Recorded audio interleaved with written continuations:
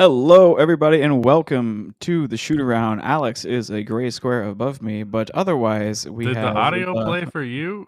yes, it did. We have the one and only Rusty Buckets joining me over here, and this is supposed to be the legendary AlexHoops, but I think he needs to refresh his page or something like that because for me, he is just a gray square. Dude, he just said his computer blue screened literally the second we go live. Are you fucking kidding me? Oh my god, that's so rich. Today, whenever Alex gets back, we're going to have a general discussion about the large scoring output from players this season. We got two 70 pieces and two 60 pieces and some L's. I'm sure everyone's already heard enough about that, but we'll Oh talk a my little bit more God. about it in general. We also got a fun game of true or false coming up, as well as some trivia in between. So this should be a fun, packed, loaded podcast for you guys. That's why I got my sunglasses on, is to protect myself from the brightness of all the fun on my screen right now. Not because I can't find my other two pairs of glasses that I normally wear. Jacob, you doing all right today? I guess Yeah, things are going poorly. Right out of the gate. Things fell apart immediately. Yeah, friend of the show, That's Asher so Levy, funny. says, where's the other guest host? He's coming. His computer's got to turn back on. Rusty, stop selling Rudy weed. What the fuck? Yeah, I guess right now the chat is the third host, if anybody. Shout out to everyone in the live chat right now. This episode is brought to you by the live chat. JC says blue screen. Yikes. I agree. Big yikes. But hey. Okay. Are these gonna be a comments fun displaying? Because I'm not seeing shit. They're displaying for me. Everything's so goddamn broken for me right now. I don't know what happened. I blame you two because it's you working use now. Macs. I blame Mac OS and you two for using Mac OS. Windows is Guys, slightly welcome better. to our podcast. Yeah. It's about basketball allegedly, but right now it's about Windows versus Mac. Let's address the thumbnail while we wait on Alex to get back. It's going to be included in our true or false segment, but real briefly, I want to talk about how the Knicks are, in fact, very, very legit. At least statistically, this season, they've been outstanding. So much so to where I'd say they're probably the best team in the East right now. Maybe my favorites to come out of the East. They're a very complete team. Obviously, they don't have the star power of Joel Embiid or Giannis Antetokounmpo, but I don't trust Doc Rivers. I don't have any reason to trust Joel Embiid yet. Plus, apparently, he's already collecting the nagging injuries. And then let's see who's the other teams in the East that might be better. I mean, the Celtics, they just got pounded by the Clippers by like 40 or something like that. So really by default, we're looking at the Knicks as Eastern Conference favorites. No, we're not. No, we're not. I don't know what the fuck you're on. I'm on the truth. I'm on stats and facts. Okay, sure, buddy. All right, Ben. I'll save it for the end of the podcast, though, for when our boy Alex is here. But yeah, until then, you get no facts. Speak of the devil, though. He has returned. I just want to speak for me and Alex here. Welcome back, buddy. We do not condone the suggestion that the Knicks are title favorites in the thumbnail. That was Rudy's idea. Favorites to make a finals berth, like best in the East is the actual question at the end. That's also shit. It's also a terrible take. Both of them are bad. Yeah, but I guess we'll just get to that at the end of the podcast. For now, I want to talk about just the general scoring outburst that's going on in the NBA now that Alex is back. I genuinely have no idea. For the people watching, I'm assuming you told them, but my computer blue screened, and like that never happens. Like that's probably the first time I've had this computer for over a year, and it has literally never blue screened. So very weird. Oh yeah, I called you a Mac user, and it blue screened. You're not a Mac user. That's just Jacob.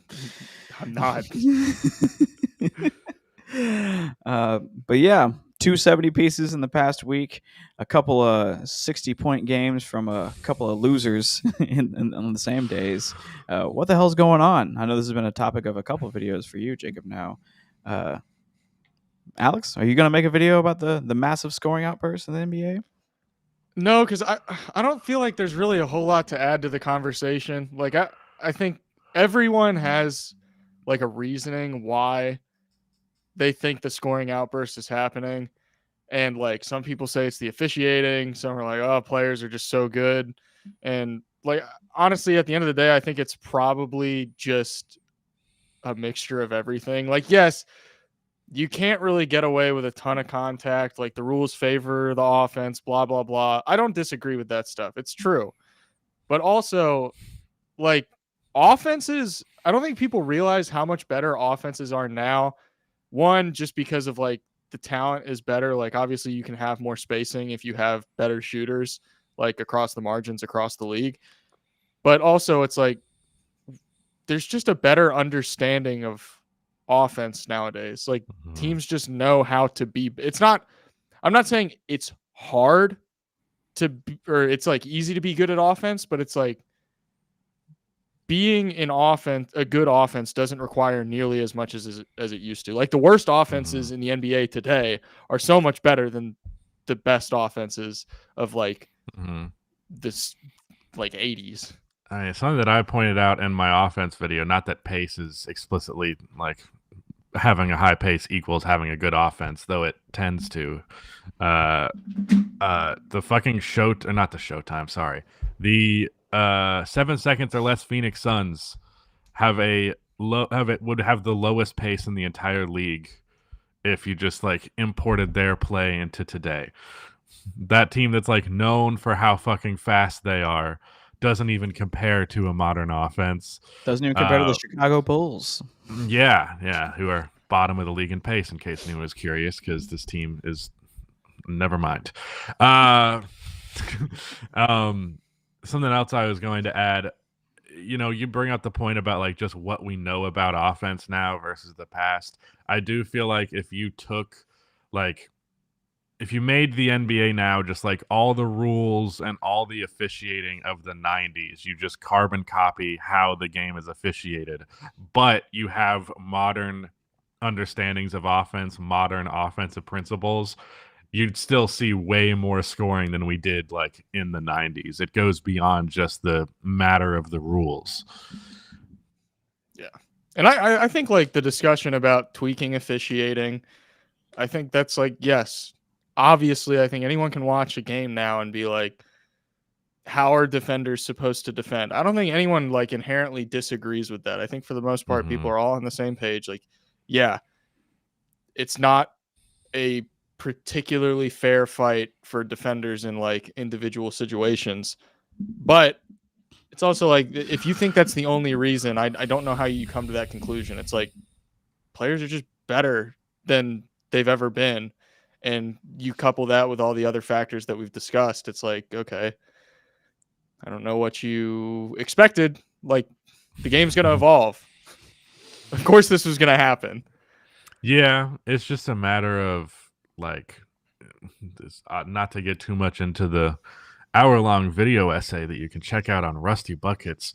But like, I do think there's something to be said for like shaping the game to be a more entertaining product. And at least me personally, I have found the abundance of offense dwindling the entertainment value of the sport for me a little bit. I just think we'll see like defenses will respond eventually. Like, I think we're just in that kind of in between of like, yeah, we've had all these offensive revolutions and we have better understandings of things than we ever have. And now defense is going to have to like, obviously they're going to be limited just because of officiating. Like we've already talked about. I get that, but there will be an answer and we can speculate as to what that answer is. I've heard some theories from some smart basketball people that I've talked to, but like, we don't know what it is yet and we'll find out. But eventually someone's going to figure out like, oh, okay, this is the new meta. And, people will be like, oh, defense is too good nowadays. Like the product's suffering. And then we'll be having a different discussion. Well, yeah. I mean, I think, I don't know if the NBA does a great job of like balancing those two. Like it feels like if they try to make a shift to one, then they overdo it. So that might just ultimately get there. But like in the process of it being overdone over years, there'll be a healthy middle ground where things are really good for quite a while. I really just think like allowing defensive 3 seconds that's like, to me, the fix all. Like, if you literally just change that one rule and make it like it is in FIBA, where that rule doesn't exist, then all of a sudden things look a lot different. Yeah. Because, I mean, it goes back to like the principles of spacing. Like, the only reason not the only reason, obviously, the fundamental goal of a defense is to take space away, and the fundamental goal of an offense is to create space so you can get higher percentage looks. But one of the reasons like spacing is such a easier problem for an offense to solve is because of defensive 3 seconds. Like, that space will be there inherently because of that rule. And if you take away that rule, then all of a sudden the job of the offense to crack the code of spacing becomes significantly more difficult. Like, you need like a real shooter to pull Rudy Gobert out of the paint rather than just someone who can theoretically knock it down when they're open, because otherwise Rudy's just going to leave that guy open and everyone else is going to rotate around. You know, I'd rather have 4-on-5 outside and Rudy Gobert in the paint than 5-on-5 with Rudy Gobert locked into a guy on the arc, you know? So really, I do like the idea of leaving 3 seconds like out of the game and going back to what it was / doing what FIBA does. I also think that hand checking is something that could be legislated back into the game. Personally, I think, Jacob, I know you're not a fan of this. Alex, I'm not sure how you feel, but I think a version of hand checking where it's like legislated in a very specific way to prevent, like, I'm just going to say, like, violent, aggressive defense. You know what I mean? Like, let's say that you could extend your, forearm only, like it was at the very end of hand checking, and you aren't allowed to like force guys over. You'd probably have an era of like offensive flopping off of hand checking, but yeah, but I suppose you could legislate that into the game too, where you kind of be like, all right, I'm going to use my discretion here. You clearly just fell the fuck over. I think the problem with hand checking, and especially the problem with the idea of having like a diet hand checking, is that like we're already dealing with the nuances of officiating being just a wild card entirely, and like that's only going to be a bigger wild card than everything else. I just think like the job of an official is already so difficult that it's like hand checking is more like such a borderline subjective thing. Like, defensive 3 seconds, even though it's hardly ever enforced, that's still like a relatively objective thing. Whereas hand checking, it's like case by case basis, which makes it difficult. What if because during like the NBA's rule changes through the past like 40 years or so, one of the big ones was adding a third official on the floor at the beginning of the 90s. It was either the very end of the 80s or the very beginning of the 90s. What if we had a 4-person officiating crew where, instead of having them do whatever rotations they do now. Calls. I mean, it would theoretically make everyone else's job 33% easier, right? Yeah, I can see less that. basketball players to watch. I think you could end up having too many cooks in the kitchen. Yeah. Yeah. I guess that's a good way to look at it too. Like, regardless, you're going to end up diluting the average capability of a ref just by forcing there to be more of them. Right. And refereeing is like one of the hardest things to do, period, especially basketball. And people talk about like, oh, in the NBA, there's way too many like stoppages of play, and you had another official that's one more person who could call a stoppage of play. I feel like you could end up with even more stoppages and people not be happy about. I wouldn't be happy about. I'd be pissed. Yeah. Well, to put in perspective how much scoring has exploded in the NBA, I want you guys to tell me how many players you think are currently averaging at least 30 points per game this season. If you can, tell me who they are. Luka, Embiid. Yeah, I know SGA. Is SGA still over 30? I think so, yeah. I feel like he's like, you got one more right on the line. All 3 of those are correct. You got one more. Why am I blanking? It's not Tatum, is it? It is not Tatum. I'll give you 2 more guesses. It's not Durant. It is not Durant. No. One final guess. Final guess. Well, I said it's not Durant. That wasn't a guess. Well, yeah. Oh, Giannis. I'm just thinking there you go. Oh, yeah, Giannis. Regardless. Yes, Giannis is correct. Joel Embiid is averaging 36 a game. Luka, after his 73-point performance, is averaging 34.4 points a game. Shea is averaging 31.1, and Giannis is averaging 31 even. So all those guys are averaging 30 plus. You know, it's something that I find fascinating about all this offense stuff. And as long as that fucking video was, we didn't manage to fit this into the conversation. In terms of like percentage of the offense generated by a star, I feel like the 2000s and 90s, it's like way higher percentage of the scoring is done by your best player than it is today. Because like back then, the NBA in the 90s would have like 3 to 4 players who are averaging 30 points. And that's still the same today, even though points per game for teams, there theoretically is way more points available. But, you know, Kobe was averaging 35 when his team was scoring 95, not 115. Yeah, 81 out of 95 is a certain number. Whereas, I mean, I think because the league has become more talented, the job of everything has been more evenly distributed among players. Like there's probably a little bit less of a reliance on one individual than there used to be. Mm-hmm. Speaking of individuals, before we get too much deeper into this offensive-related trivia, we did get a super chat earlier. I didn't mean to address it before the trivia, so let me go ahead and get that out of the way.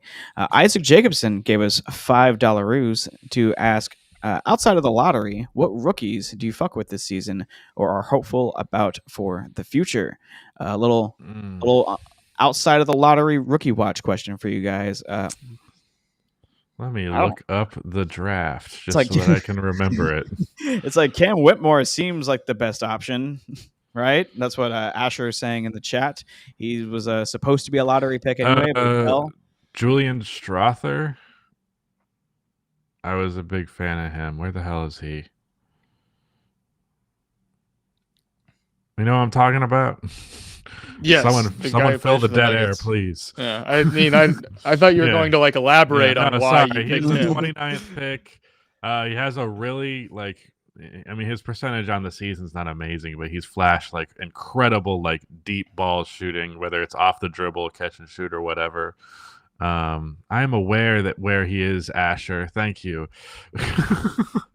Names a rookie, but doesn't know where he plays. No, I fucking no. I know you do. I was looking for him in the draft thing that I had pulled up because I couldn't remember what pick he was, but he is the 29th pick. Yeah, he's definitely my favorite. I mean, also, I always say his goddamn name wrong. Jaime Jaquez. That was pretty close. Jaime. It's Jaime, which is like, I don't know. It's just weird to say. Jaime. Yeah, I'm going off the basketball reference pronunciation. Yeah. That's what it is on basketball reference. All the comments on the video where Jacob last mentioned having trouble pronouncing it were like, it's Jaime, it's not me. Emphasize the first syllable. Jaime Jaquez. Jaime Jaquez is my favorite. He is my favorite rookie. He is my favorite rookie from this draft class, not named Victor Wembanyama. Quite easily. I was wrong. Jaime. Apologies. Jaime. Okay. Jaime. Yeah. Gotcha. So we're looking at this has been like a whole thing. Keontae George is a great one. I think Keontae George very much has a lot of potential from what I've heard. Is Keontae George not lottery? Yeah, nope. Keontae George is another one. He was 15th, right? 15th or 16th? 16th. Yeah, Keontae George is another one I like. His scoring hasn't been great efficiency-wise, but he's been, from what I understand, a better playmaker than he was expected to be out of the draft. I just want to say that nobody's mentioned Duop Reith, which he was undrafted. And I've never heard of Duop Reith until today. Good. Who does he play He's for? been killing it lately. He plays for the Portland Trailblazers. Oh, okay. That explains it. Why I've never heard that name. Oh, you're talking. Yeah, I know who you're talking about. I've talked to Jacob about him. He's got a strap on him. Yeah, he's shooting like 37% from three, and he's a center, by the way. So we can do the whole 37 on 3.7 attempts in 18 minutes. 3.7 in 18 minutes is pretty fucking great. I'm pretty sure he's like a plus minus monster as well. Relative to the Trailblazers, it's like he's got a 50% 3-point attempt rate. Alex, And is Leonard he Miller has doing a anything for the Wolves? positive box plus minus, which for the Blazers is impressive. Yeah. What'd you say, Rudy? Huge. Is Leonard Miller doing anything for the Wolves? I feel like I've heard that name before. No, he's not. I mean, he's not really getting playing time. He's like, I've watched some of his G League stuff, and it's just like he takes a lot of possessions off. I don't know. I'm a little worried about like the mentality stuff, like attitude, because it seems like he gets benched a lot because he just doesn't give effort on defense, which I don't know how much of that is like, you know, him being frustrated with the fact that like he's in the G League in the first place, but I also understand why he's in the G League. So I don't know. I think he'll be fine, but yeah, right now it's just kind of like he's really, really young and, probably doesn't want to be in the G League, but here we are. Gotcha. I know Andre Jackson Jr. has contributed so far for the Bucks, but I think after Doc Rivers takes over, it appears rumored based on his quote that he might not be playing that much. I think in his introductory press conference, he was asked about Beauchamp and Andre Jackson Jr., and he said one of those guys is going to have to contribute. When it's like, it could be both, Doc. You could have both contribute if you wanted to.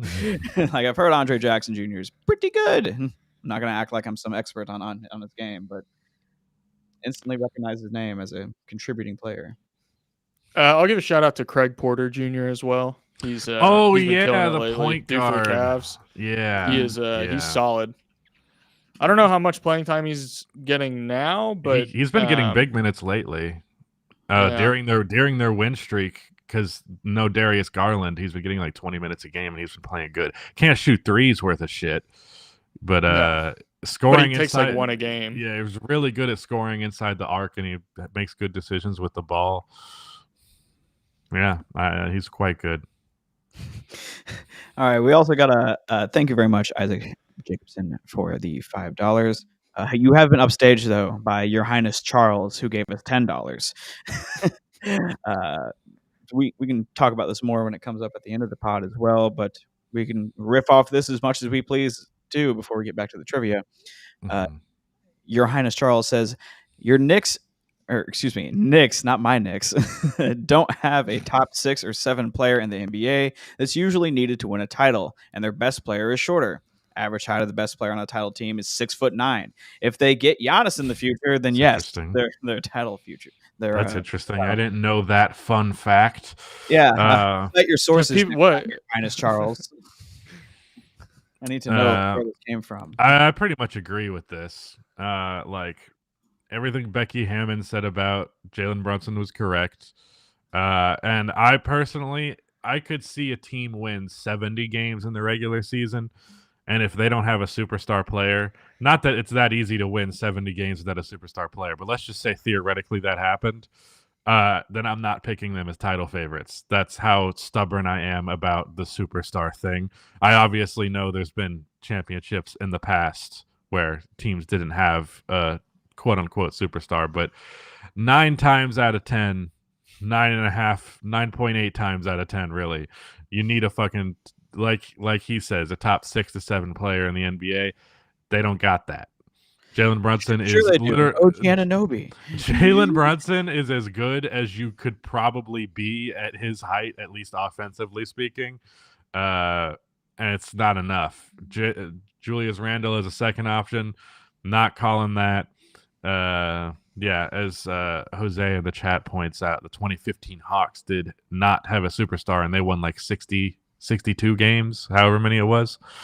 If you don't got a superstar, I don't believe in you. That's how the beginning and end of the conversation.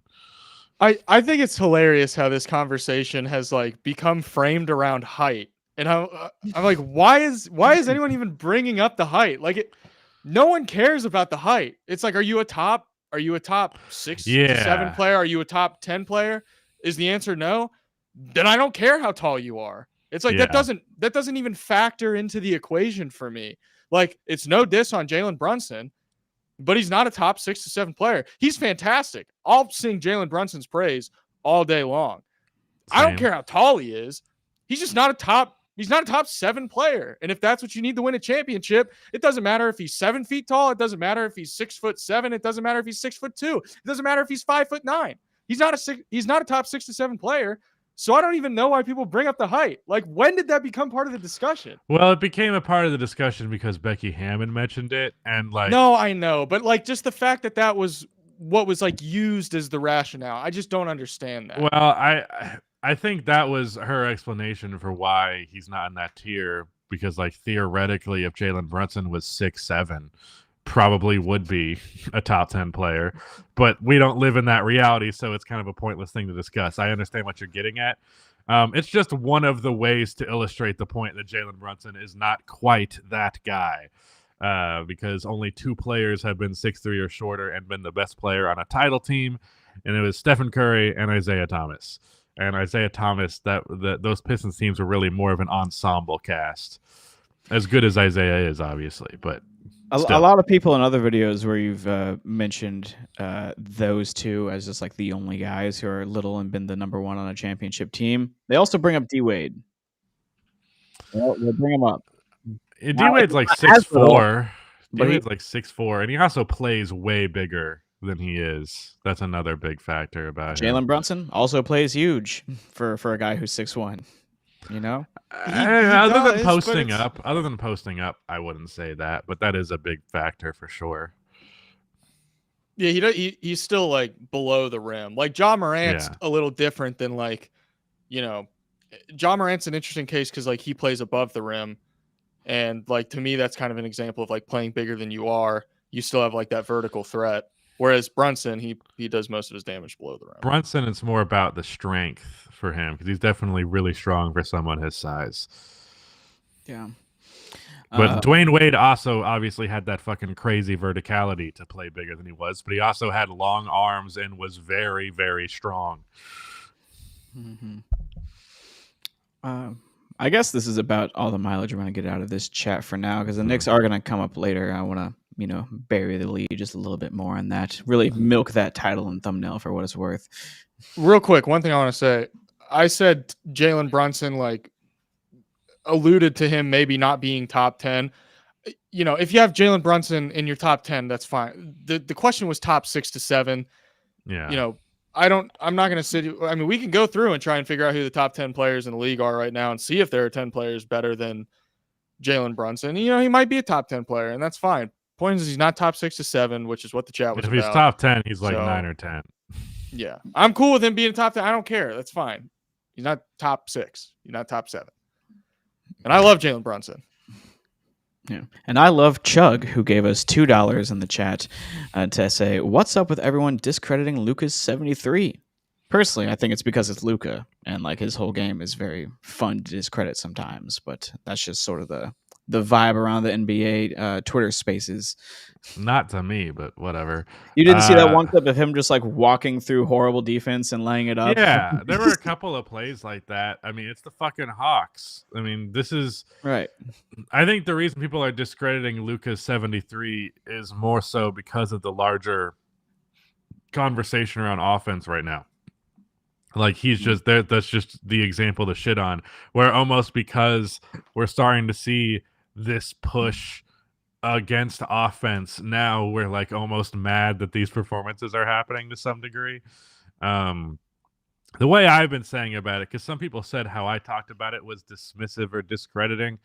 I just wish 73 was a little bit more impressive, because it was not nearly as impressive as 73 should have been, just because of the context of the game that he played. Like that, I'm sorry, I'm not going to ignore the reality in front of me. I don't have particularly strong opinions about like this. 73 points is objectively cool. Like, yeah, I will acknowledge that. Cool. But also, like, I understand why people have problems with like the landscape of offense in the NBA. I understand that. But it's like, I'm not going to be upset that it was a close game too. It's not like it was a blowout and he just like stat padded the 73. It's like they won by single digits, right? Like, what's the problem? You saw a player drop 73 points in a close game. Can you really ask for more than that? That's entertaining. And we watch basketball for entertainment. What's the problem? I think it's a little bit of a cultural thing right now within the NBA where it's kind of like you were saying, Jacob, where it's like, yeah, it hasn't gotten less cool, but it's less of a big deal. Like it's just we don't seem to care as much. A lot of what you said in your video was like we tried to lead with the Joel Embiid 70 piece, and it was a 10 out of 10. It did not perform well, so clearly people don't care. I made a video reacting to a 70 piece, and people were like, "We're good. This is not important. This is not a big deal." But like, yeah, but a lot of people don't like Embiid. Yeah. I mean, they didn't really the fucking one about Luka and everybody also having the 70 pieces a 5 out of 10. You know, like I feel like two 70 pieces in 4 days should be a bigger fucking deal than it is. And yet we're leading with the Knicks championship odds on this podcast. Yeah, exactly. Big Cheese gave us 5 cheese to say, would you rather take a chance on a young player with defense that's lazy or one that lacks awareness? I don't know if that's awareness on defense or just awareness overall. I also think like some of the language in this is like not really descriptive enough to actually I'm make assuming like because he said defense that is lazy or one. I'm just going to assume he means lack of defensive awareness. Mm-hmm. I think laziness can get rid of laziness a lot easier than the lack of awareness. Like awareness and knowing what you need to do on defense and then not doing it. Well, at least you know. Whereas if you're trying but you have no idea what to do, you're probably just wasting time and energy.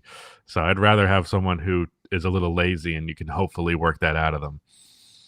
Yeah, and like I think we kind of talked about this before, but I am of the belief that off-ball defense is a lot more important than I'm not saying that on-ball defense is not important. It definitely is. But like if there's a hierarchy of what's more important, I think off-ball defense and just overall defensive instincts as opposed to just like being able to lock somebody up one-on-one. I think the off-ball stuff's a little bit more helpful in like a team context overall. And if you don't have defensive awareness, it's like that's a big problem and way harder to fix. Natural defensive instincts are like a very desirable trait for a player to have. And laziness, it's like, yeah, I can fix that.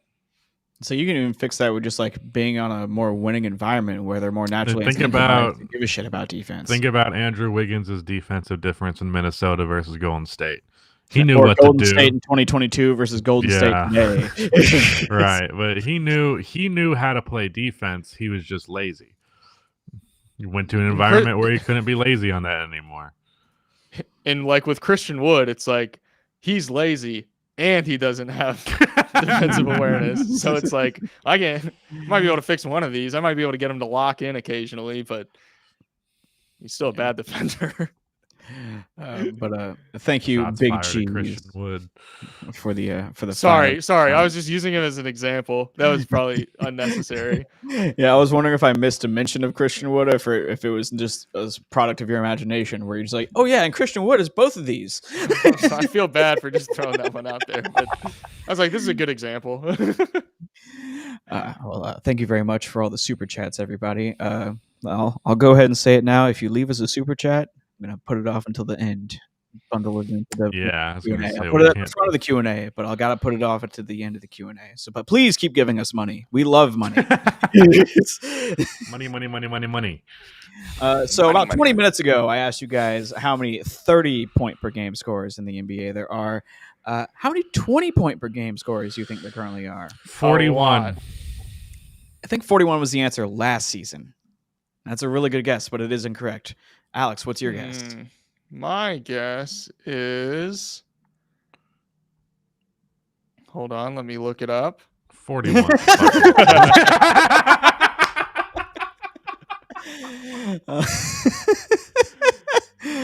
Oh, you bastard. Oh, fuck, that was really good. My guess is 52. It is 46, with Scotty Barnes being just behind Victor Wembanyama at 20.2, and Domantas Sabonis right behind him at 19.9. So currently we're at 46. What are the qualifiers that you used? I think this is just like meets the official leaders. Okay. official I leaderboard. gotcha. So I it's was like using like minimum 20 games played and yeah, like that's random stuff actually like that. that's part of the next one. The next trivia question I have for you guys is how many players are currently shooting 60 plus true shooting percentage, minimum 25 games played? Well, the league average this year is 58, so it's got to be quite a fucking hefty amount. How many players are in the NBA? All right, let's Wait, so hold on. 17 What times was the 30. question? Minimum Over 25 games played. and 60 plus percent true shooting. Okay, I need to know. A lot. I need to know the number of players that have played 25 games first. That's the first answer I need, so I can like guess a percentage. I would say like 70. There's got to be like 70 of them. Yeah, I think it's at least. All right, so we got at least 70. Because it's only 2% better than league average. Mm-hmm. So you got to think. Which is a significant margin, but not a huge one. Not quite half, but like I would say at least 40% of players who have played 25 games are probably like 2% above average. Let's find out. Can we just find out how many players have played 25 games or more at least? We can't add this. We're going to keep going all the way down this list and keep going, and we're going to keep going. Oh my fucking God. Jalen Brunson is number 111 at his true shooting percentage way over here on the right. Look at Lou Dort in the plus true shooting category. Look at him. Yeah, Lou Dort is number 103.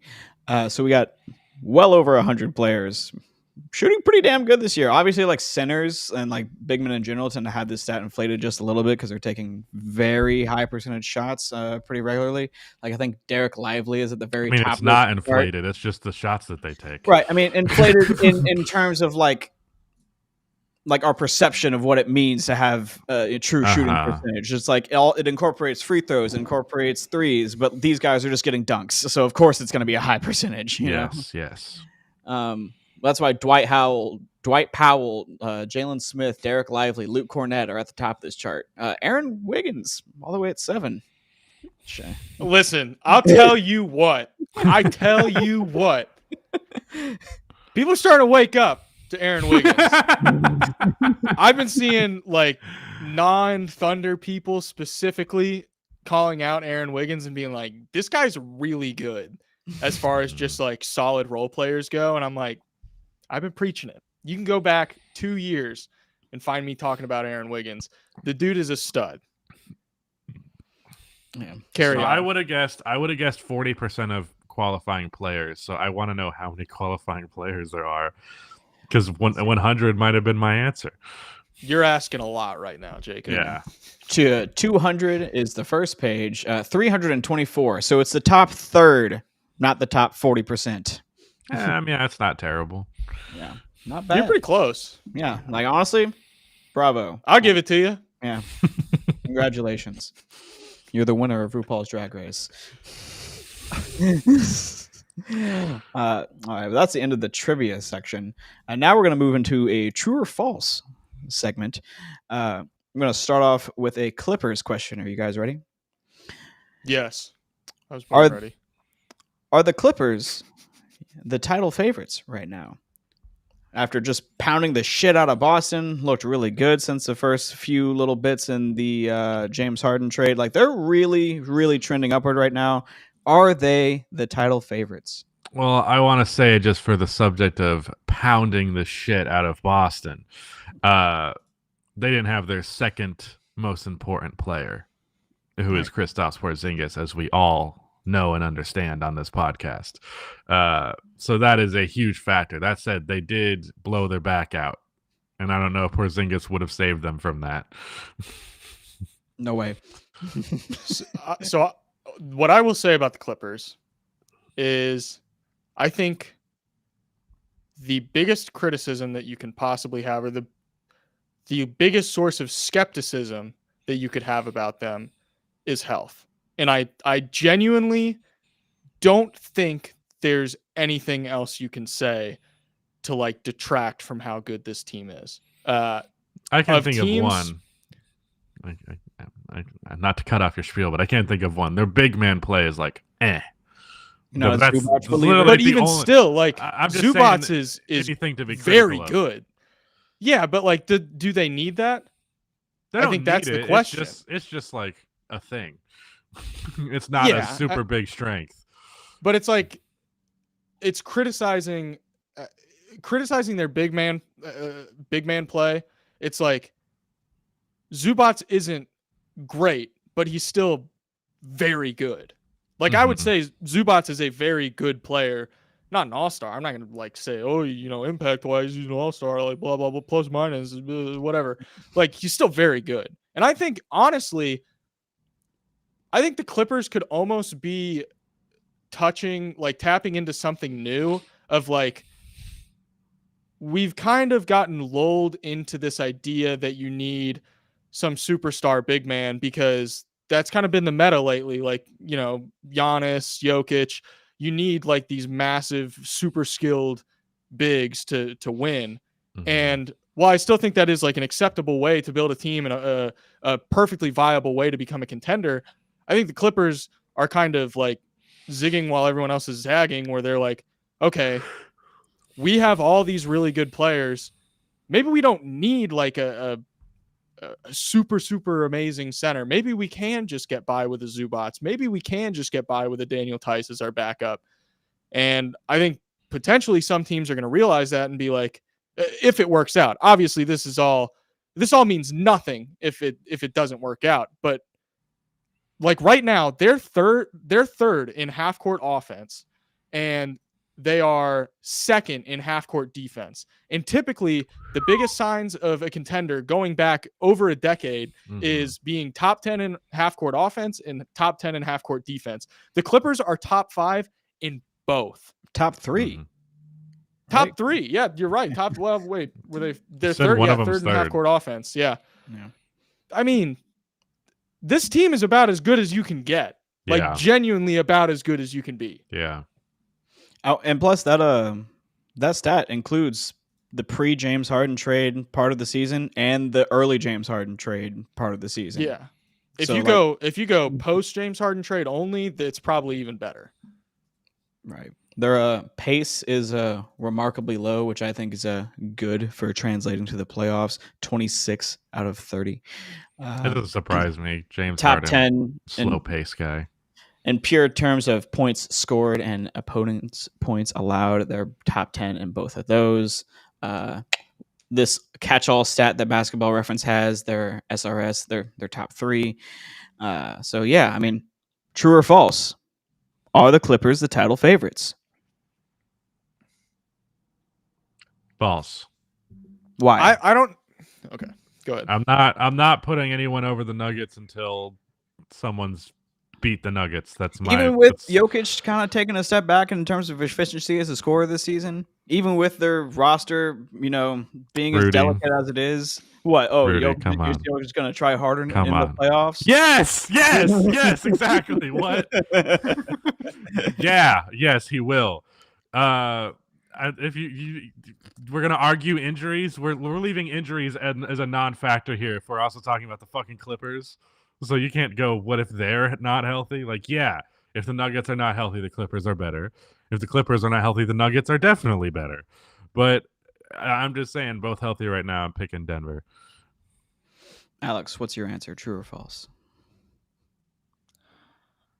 I would say false, and I say this as someone who's probably like, I'm probably higher on the Clippers in the postseason than I am on my own favorite team, the Thunder. Like, I would take the Clippers over the Thunder in the playoffs right now, just assuming health and, in a vacuum, so to speak. I'm going to say false, but only because I feel like the West is, if you're a top 4 team, like, wide open. I think any of the top 4 teams in the West could end up in the finals. Gotcha. And I wouldn't be surprised. Like Thunder, Timberwolves, Clippers, Nuggets, any of those 4 teams could go to the finals, and I'd be like, yeah, that doesn't surprise me.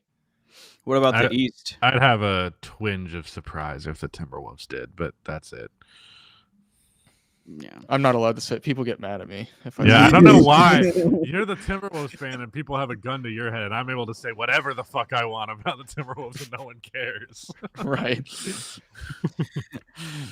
All right. Our next true or false is can the Lakers still win it all? Going It from actually 108 to wouldn't another? surprise me if the Timberwolves, next year won 78 games and we're the best team of all time. It wouldn't surprise me at all. But let's go to the other Minnesota The team, Lakers. Lakers. Yes, the Minneapolis Lakers, my favorite team of all time. Yeah. So this season, after beating the Warriors last night, they're officially 24-23, unless Basketball Reference isn't up to date, and they're actually 25-23. But I think that's right. okay, good. That happens sometimes where it's like Basketball Reference refreshes at 2 p.m. or something like that. But does this Lakers team even stand a chance at winning a title still? They still have LeBron. They still have AD. They're apparently getting DiGiorno, not delivery, Murray for D'Lo eventually. What is this team a potential championship team at all? Oh, false. Even in a long shot? False. You know what's really concerning to me is that D'Angelo Russell has been playing very well lately. Yeah. And they're still bad. Yeah, they were trying to escape. They were like acting like D'Lo was the problem. And then he starts cooking and they still suck. I'm curious. I'm going to look real quick what his last 15 games are, because I'm pretty sure he's been genuinely fantastic. Yeah. I could be wrong and over indexing. No, I have seen this. It's definitely been pretty solid. D'Angelo Russell in the last 15 games is averaging 22 points on 50% shooting from the field and 50% shooting from three on 8 attempts per night. He's averaging 6 assists on 2.5 turnovers. He's been really good, and the Lakers are still bad. Yeah, here's those numbers on screen for anybody watching at home. That's fucking crazy. I had no idea D'Lo was popping off like this, and they're still determined to trade him for DeJounte Murray, apparently. Should the Hawks want D'Lo? Should they not reroute him? Yeah, I don't know what the fuck that's about. No, the Hawks should not want D'Lo. It's a terrible player to put next to fucking Trey. Talk about zigging when everyone's zagging. No one's putting D'Lo next to Trae Young. No, that's zogging, bro. That's just nothing. I love that. That's insane. But yeah, Alex, true or false? The Lakers still have a chance to win the title this year. Alex seems stressed about this. I'm just I'm thinking about, you guys brought up the D'Lo and DeJounte Murray thing, and I was just thinking about that. But I don't know, the Lakers, the thing is, we've talked about this before, and I've kind of used the same talking point, but I use it so frequently just because it's true. It's the Lakers could end up making a bunch of trades at the deadline, and teams will do the random thing that they do where they're yeah, here, have good players. You don't need to give us anything. It's fine. And they end up being a good team. It's pre-trade deadline Lakers and post-trade deadline Lakers are probably going to be vastly different teams. But as currently constructed, I would say no. I think false. But that's subject to change based on the trades they make. It's out of the bajillion years LeBron has played, how many teams has he even been on where we're yeah, there's no shot they win a title other than the first 2 seasons in Cleveland? The first Lakers season, it seemed it was that's right. Yeah, they're not. He got hurt in the middle of it, right? That was the LeGroin year. It was they're already trending downwards, and then he pulled his groin on Christmas. I believe they were the 4 after what seed. was it what did he had a funny tweet that was 0 Braun 30 or something like that. Yeah, what was it? Playoff mode or something. Yeah, like playoff that. mode. Had Zero this funny had this funny tweet saying my groin is indestructible, and then it just didn't age well at all. Have you all had a genuine groin strain? Yeah, before? One time it in middle hurts school, dude. so bad. Yeah. I couldn't walk. I think I got one playing basketball, ironically. Just the real LeGroin was the friends we made along the way. What about What a sentence! What a sentence! Someone What are you quote talking about? him on that. True or false? The Warriors should blow it up. After the comments Steph Curry made earlier this month about like if nothing happens at the trade deadline, then he's not gonna like know what's going on. Clearly, in my opinion, if the Warriors decide not to move on from one of Clay or Dre or both, or make some kind of upgrade using Chris Paul and Kuminga and Moses Moody, something like that, some major move, then Steph Curry is going to be unhappy in Golden State for maybe the first time in his career, and we're going to know about it. I feel like I don't know. I think this is kind of a long shot thing to hold out for, but it might be truly the only option. Because I feel like if you trade everything on the Warriors roster besides for Steph, unless you truly just do an A+ job of orchestrating that roster, otherwise you're probably still not going to be good enough.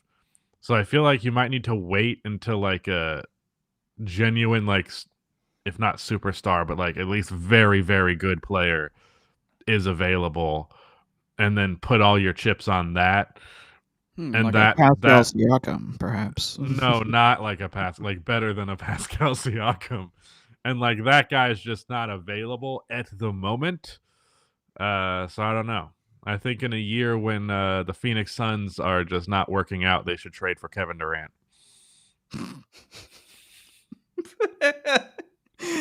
Alex, your thoughts? I was thinking about that because I was looking at what the Nets got back for KD, and I was like, the Warriors genuinely could have been an offer that could have put in an offer that competed with that. Especially when hilarious. Stock tanked. Yeah. I'm going to say false, but simply because of semantics, because I don't think they can blow it up with Steph Curry. Like, to me, if they're going to blow it up, that would entail like trading Steph. Okay. Yeah. And I don't think, like, to me, but Steph. okay. Basically, should they trade literally everybody on this fucking team, fire their coach, and completely hire, retool? Yeah, but Steph Curry If that is the still question, then true. True for me as well. All right. So I just don't see I don't think there's any recovering. I think this shit's dead. I think it's over, except for Steph. Steph's the only guy who's still alive. Everybody else on this team is a zombie. Let's take a look at some of their team stats this season. Their second leading scorer is Klay Thompson at 17.5 points a game, shooting 38.5% from three. Still not totally washed, but allegedly his. I thought you were going to say from the field. Cheeks now. And then we got Jonathan Kuminga, who started about 16 out of the 42 games he's played this year, averaging 14.5 points. So the drop-off is pretty steep. Andrew Wiggins not close to what he once was. Dario Saric quietly putting up 10 points a game. If you got Dario Saric in 2024 putting up 10 points a game on your team, then you're not good. I'm sorry. No offense to Dario. Process legend, you know. Dario's been good. He's like one of the only decisions they made this offseason that didn't suck. Yeah, and that's crazy. That's not the moves of a good team, and they need to transition into being a good team. So I'm on the same page as you guys.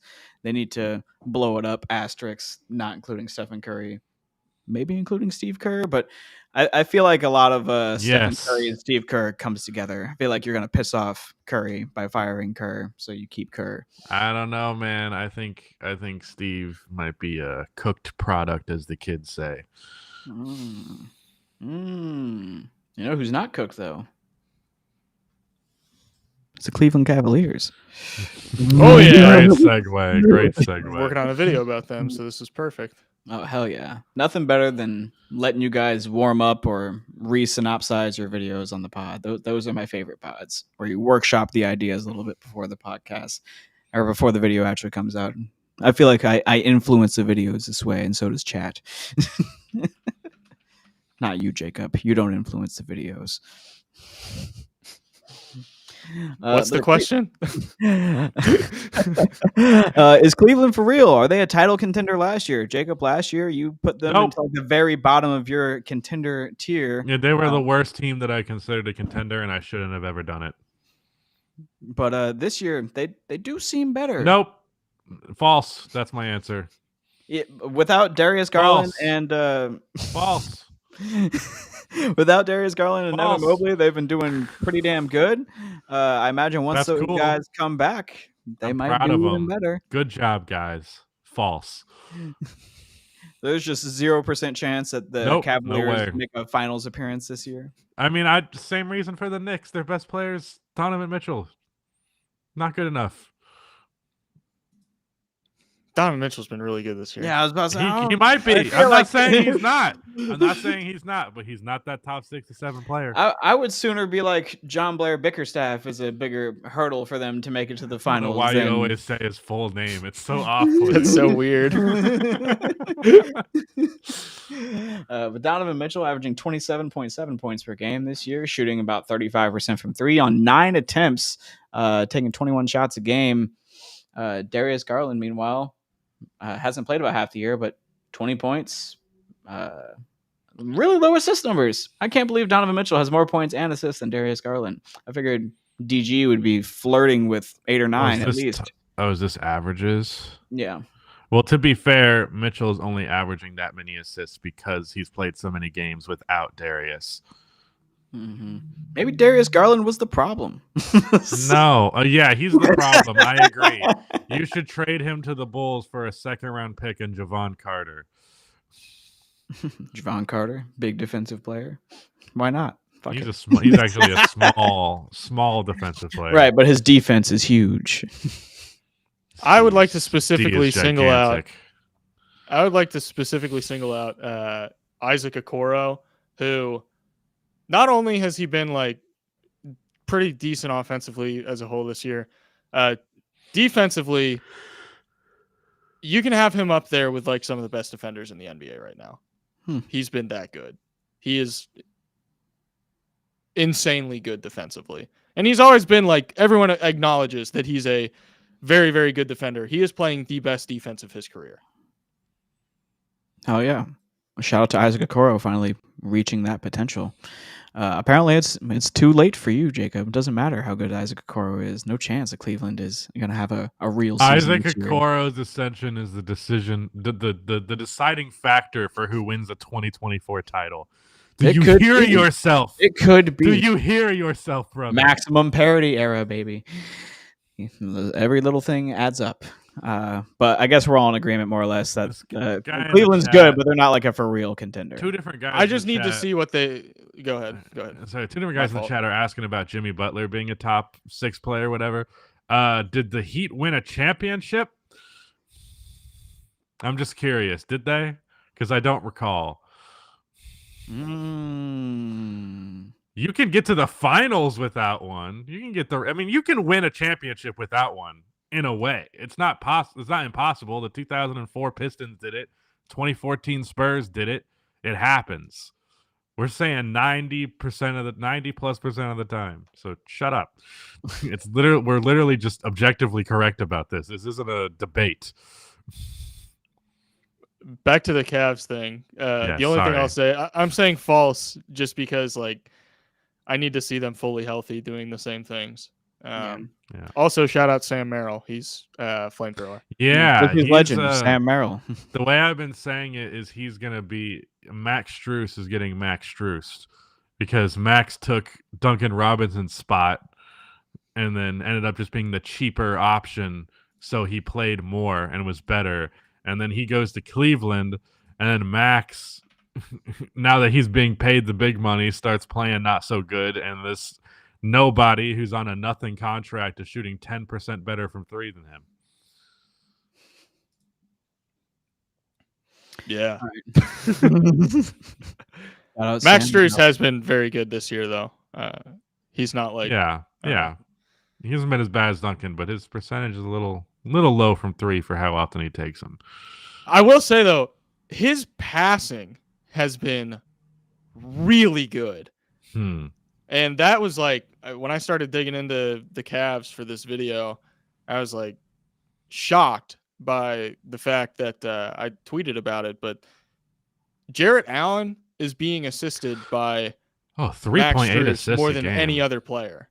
3.8 assists is a lot. I didn't notice that. Yeah, there's something about Max that like I've always liked because I was like the 3-point shooting aspect of his game's probably a little overrated, but like he always makes the right play, and that there's a very strong value to that.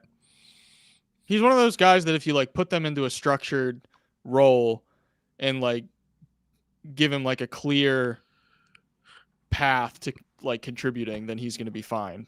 And that's kind of what we've seen with him lately, particularly with Jarrett Allen. Like they run a lot of 2-man actions and it's like unstoppable because Jarrett Allen has also been, as close as you can be to being an all-star without being like, yes, he's going to be an all-star this year. He's been incredible as well. Also, he's taking the mid-range leap that I've been saying he's going to take for a long time now. Yeah. It's like a genuine part of his game. Hell yeah. I'm going to go look at his shot chart right quick because I'm quite interested. He's shooting 50% from short mid-range, so like floater, push shot range, 50% from that range, 60% from long mid-range. As a whole, in all mid-range shots, he's shooting 52% on 60% on mid-range long attempts. is crazy. Yeah, volume's not huge; it's 20 attempts, but he's 12 of 20, and that's like okay. Yeah, that's pretty good. You can hit him. Do we think he can bring it out to the 3-point line at some point, or is this as far as it's going? Even if he can't, I don't necessarily think he will be able to bring it out to the 3-point line. But even if he can't, like just being able to stretch the floor in the mid-range has a lot of spacing implications. Like we've seen it obviously to a higher degree with Kevin Garnett years and years and years and years ago. But like even Sabonis kind of starting to add that mid-range element to his game did wonders for their spacing. And I think it's going to have a similar impact for the Cavs with Jarrett Allen. Yeah. You talked about the 2-man game with Max Strus. His assist totals have nearly doubled this season as well. He's averaging a career high 3-point assist. Last year it was 2.1. Sure, there's a lot more playmaking to be available, or that's available to be done by committee in Cleveland with Darius Garland being out for half the year. But still, Max Strus is capitalized on that opportunity. And that's enough about Cleveland because we all agree that they're not for real. As good as they are, the answer is false. Cleveland is not for real. However, the Knicks, the question is, are they the best team in the East? With how turbulent the East has been, the 76ers have been kind of mediocre lately. The Bucks are hiring Doc Rivers. So I feel like we're kind of left with the Knicks being the best team in the East. For me, this is resoundingly true. They're 12-2 in the last month, and they're beating teams by an average of 15 points a game in that stretch. Rudy, I love that you found a soapbox to stand on. I really appreciate that about you. I'm glad I found a new team. Since the Grizzly season is over, I have decided to adopt the Knicks this year. You need the extra height, so it works for you. But that felt mean. Sorry. No, false. It's like I'm average height for a woman. It's not that cheap. Not that. Like, I'm not that short. The Celtics and the Bucks, I feel quite confident. Even with Doc Rivers' fuckery, I think the Bucks will be better. I'm very confident the Celtics will be better. And I think the Sixers should be better. Maybe they won't be because who knows what Embiid's going to show up as. But if he does show up, then the Sixers are definitely better. I'm just not going to take the Knicks in this context. I would. This is the favorite in the East, Nick, Alex. Why do I keep fucking mixing your guys' names up? The end of another video. I don't know if you probably didn't, but I signed up. I said, "Thanks for editing the video, Alex," and I was like, "What the fuck? No, Nick." I don't know why. Anyways. I feel like Rudy, I'll be honest, I feel like you set us up here because saying that the Knicks aren't the best team in the East makes it sound like a crazy indictment on them, as if like the Boston Celtics don't exist. Like the Bucks, I'm totally cool with people having criticisms of the Bucks. I think most of the stuff that people say about them is completely valid. Obviously, despite the problems that they've had, they've still been a very, very, very good team. I don't think anyone can argue otherwise. Yeah. They do have flaws though. If you want to try and argue that the Knicks are better than the Bucks, whatever. I'm personally not going to try and do that, mainly just because I'm like, both teams have things that you can point at and be like, there's something that you can use for each team where you're like, yes, this is the fatal flaw that they have.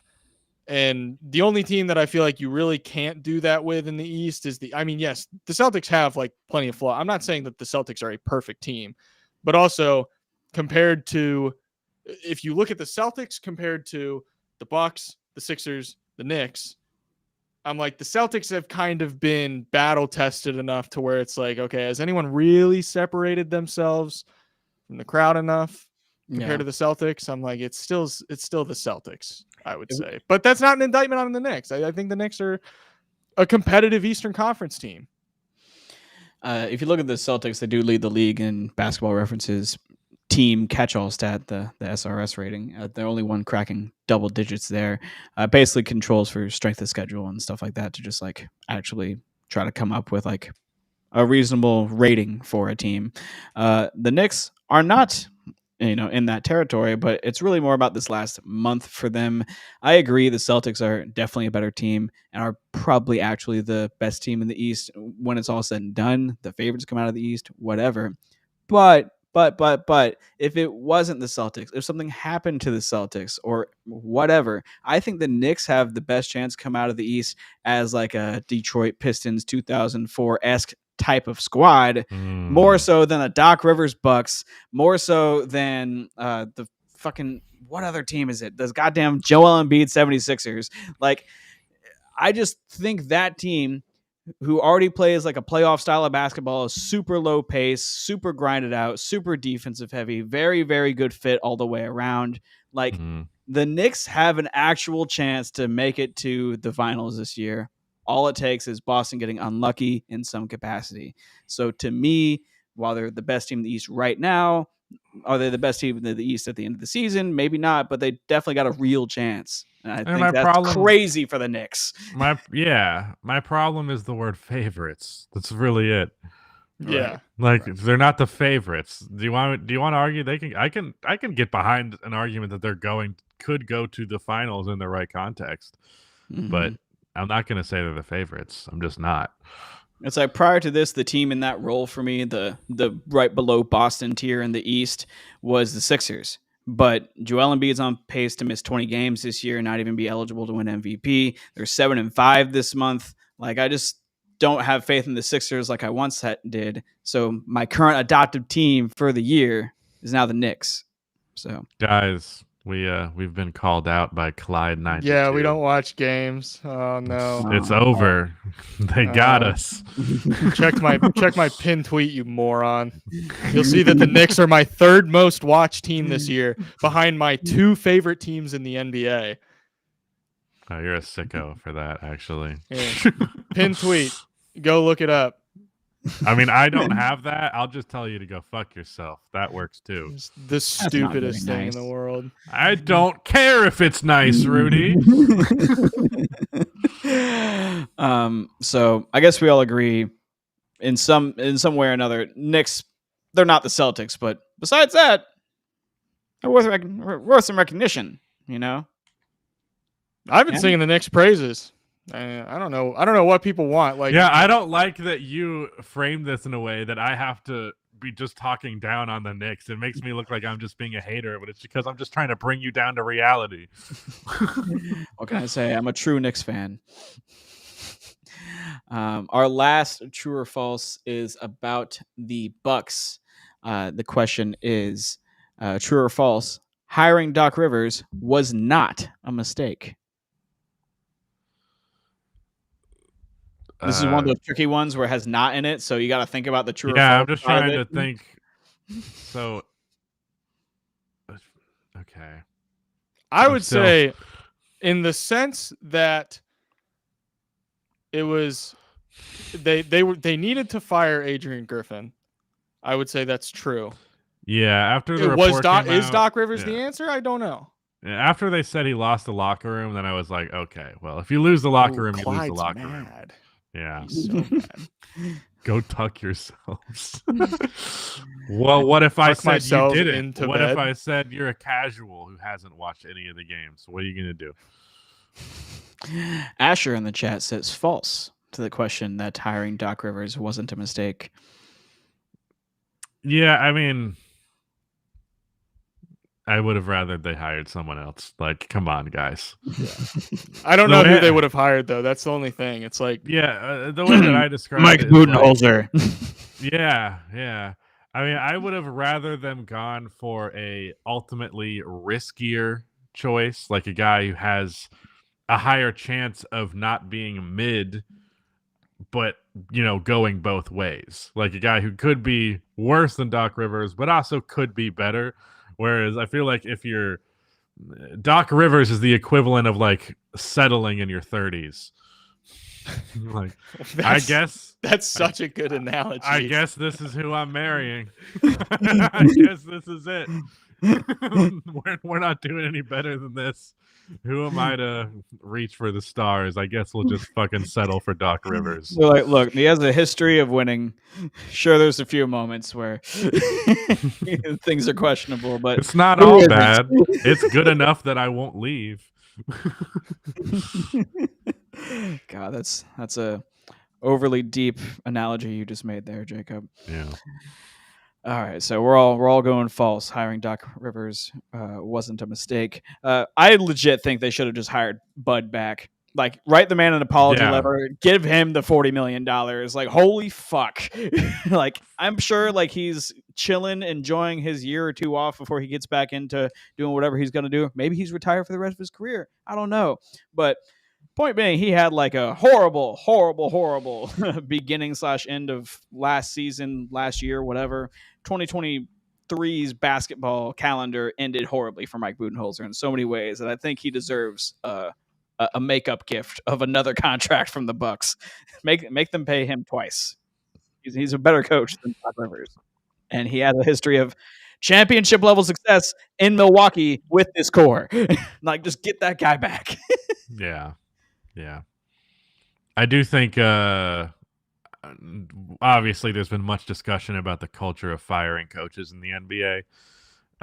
But it's definitely like Mike is still better than almost every coach in the league, so he should have a job. We just focus so much on the things that he doesn't do right and that some coaches don't do right that we use that as a reason to fire them. But it's like, if you're looking at the total picture here, you're getting better with this than you will with Adrian Griffin and better than you will with Doc Rivers.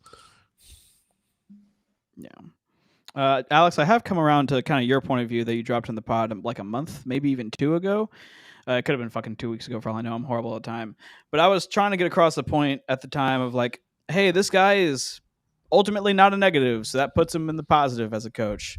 Coaches aren't important. And you're like, actually, coaches are extremely important. My point of view has changed in the past few years on this. And I've been sitting with that idea for a long time now, and I think you're right. I think coaching is extremely important. And a lot of that comes from watching Taylor Jenkins be a bad coach with a bad roster instead of a good coach with a good roster.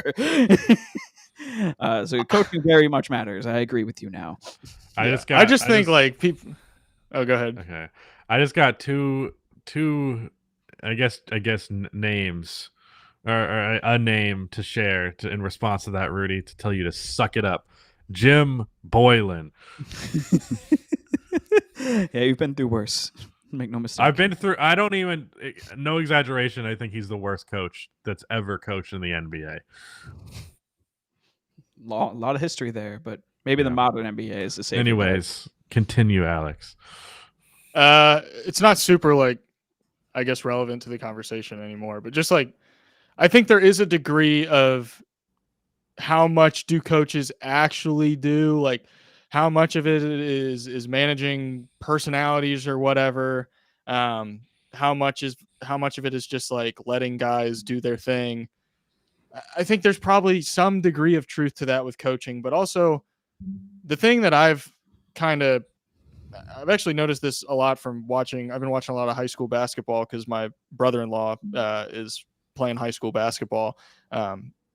Like, defense is really where I think coaches set themselves apart. Not even saying like coaches need to be like defensive masterminds, but simple stuff of like, okay, are we going to like ice ball screens? Or are we going to provide heavy nail help? Are we going to go like full no middle? Are we always going to send low man help? Or are we going to only send low man help for specific guys? Are we staying home on these shooters? Or are we helping off of these guys? Like, stuff like that is where the coaching really starts to show up to me, where it's like, okay, this guy is actively adjusting and throwing different defensive looks depending on what the offense is doing and reacting to them. And like, that's not even just like the best coaches in the NBA doing that. That's, you can go down to, the 15th best coach in the NBA and you can see them making those sorts of adjustments.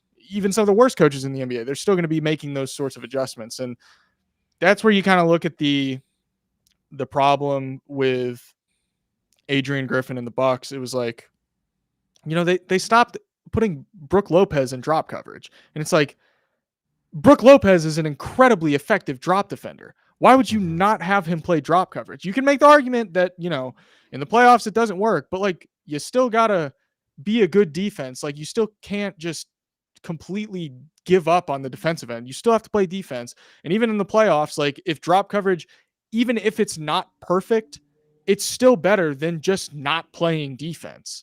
Yeah. So that's where the stuff talking about Adrian Griffin, it's like, okay, he's not doing the things that you just need to do.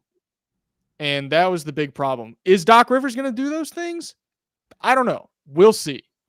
It wasn't working out regardless. And from the field that was available, I feel like Doc Rivers is just like kind of need it. Yeah, I think Doc will do those things better than Adrian Griffin because I think he's a better coach than Adrian Griffin. So, like, I do think this is an improvement. I just don't think it's the right improvement, Again, it's like settling for mediocrity. And, like, mediocrity is better than bad, but I would have liked better than mediocre. Should have got Dave Yeager, Grizzlies legend. Moving into the Q&A portion of the chat, Rob008 says, "Hi, Pookie Bear, Rusty. How are all of you guys doing?" This guy called me Pookie Bear in one chat, and like since then he comments on my videos calling me Pookie Bear every single upload. Yes, but thank you, Rob, for the $5. We're all doing good. I mean, I'll speak for myself. I'm doing good. I don't know about these guys. I'm doing pretty good on this pod. Been a good mood pod, Good pod. Yeah, I'm having a good time on the pod. I'm doing fine. Appreciate the $5. Notable asked, "Why is Luka not the MVP?" The MVP hasn't been decided yet. Bingo. Yes. Now, but probably more so because of team success. I mean, they're like the 7th seed. Yeah, they're actually the 8th seed. Even better worse. for. Well, God damn it. You got me.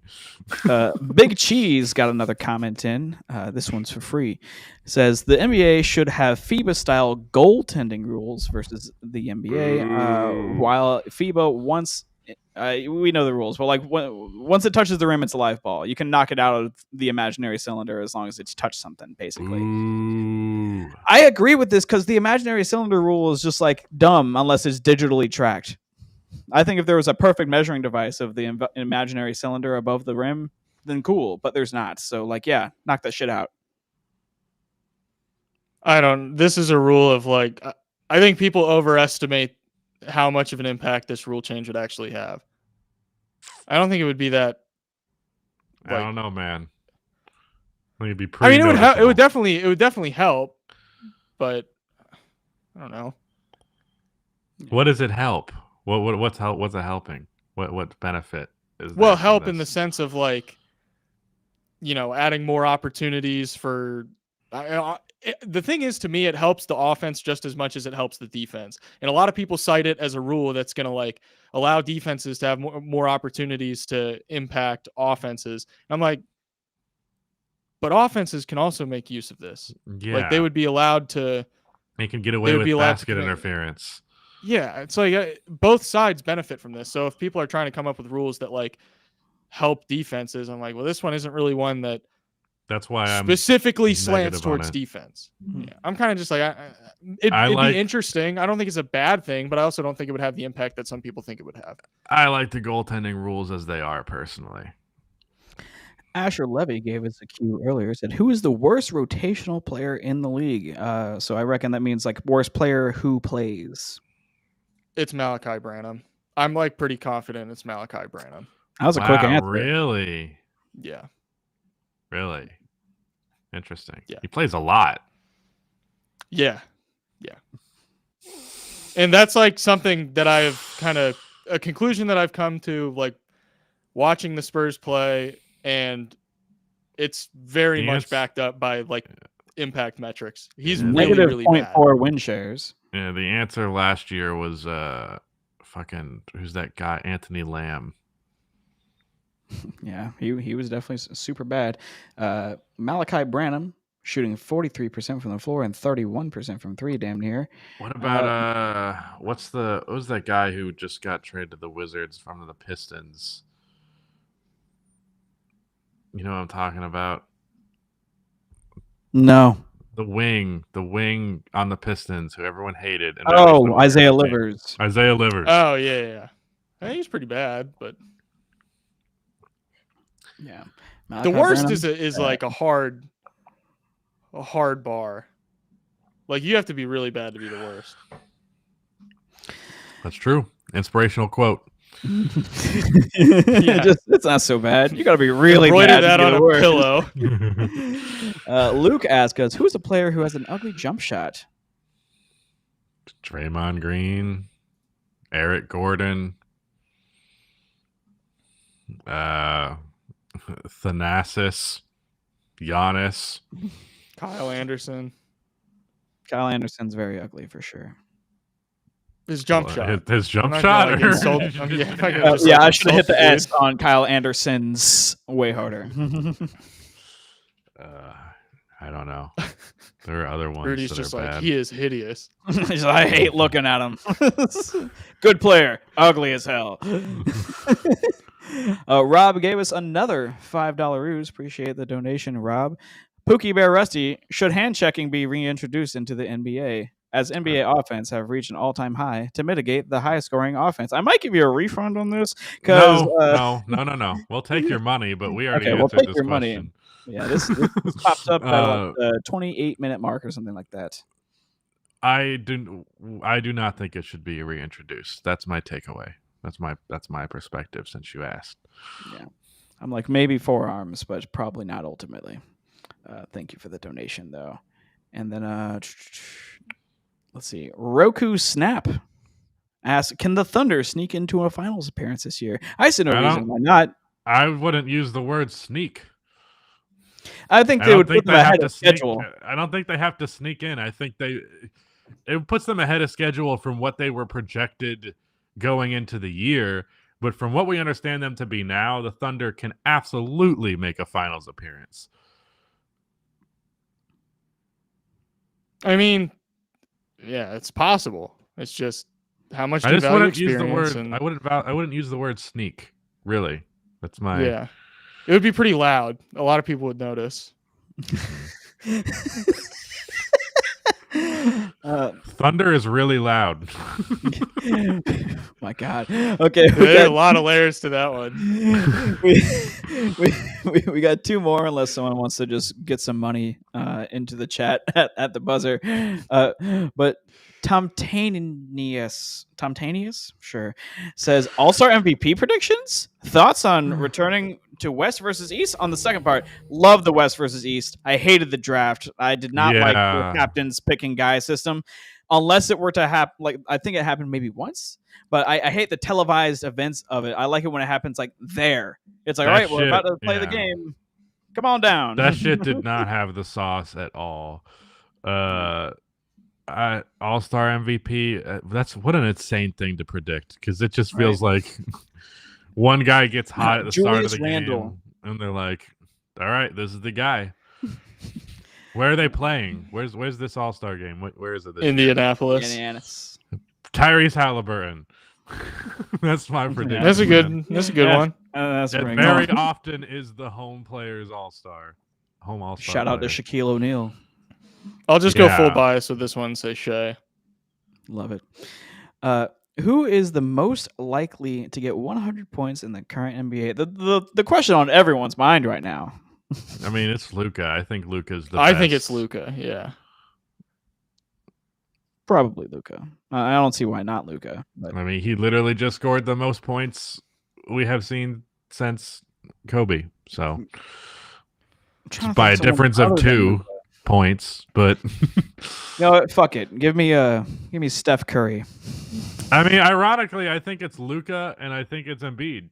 The last two guys. I don't think Embiid's on there because I don't think he's going to play 48 minutes and get a bucket every minute or whatever. I think if he is on a pace where he can get a 100-point game, then he'll play longer.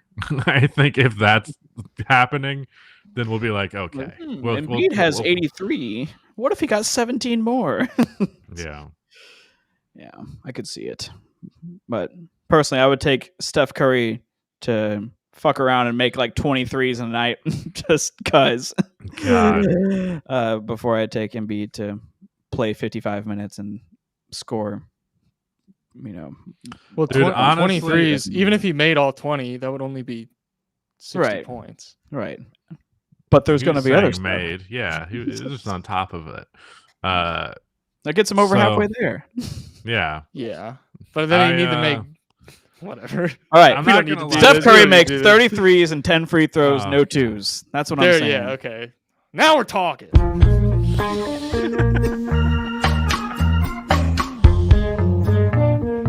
I don't hear the music. You gotta improvise.